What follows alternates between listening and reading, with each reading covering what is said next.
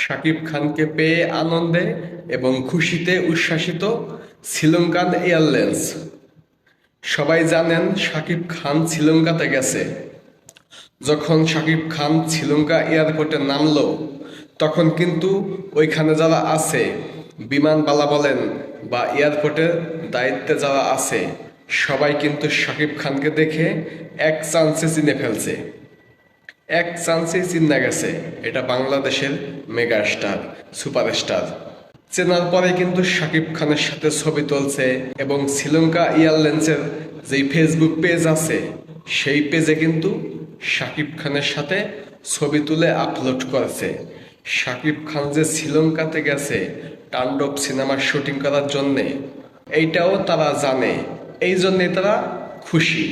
শাকিব খানকে নিয়ে পোস্ট করছে তাদের এয়ারলাইন্সের অফিসিয়াল ফেসবুক পেজে। পোস্ট করার পরে কিন্তু রিয়াক্টের বন্যা বয়ে গেছে। তাদের অন্য অন্য পোস্টে রিয়াক্ট আসে 200-300, কিন্তু শাকিব খানকে নিয়ে পোস্ট করছে 5-6 হাজার, 10 হাজার রিয়াক্ট দেখলাম আইসা করছে। ওইটা 2-1 দিন পরে 1-1.5 লাখ হয়ে যাবে। তো শাকিব খান সব জায়গায় রাজা। শাকিব খানকে সবাই চেনে, সব দেশেই বর্তমানে চেনে।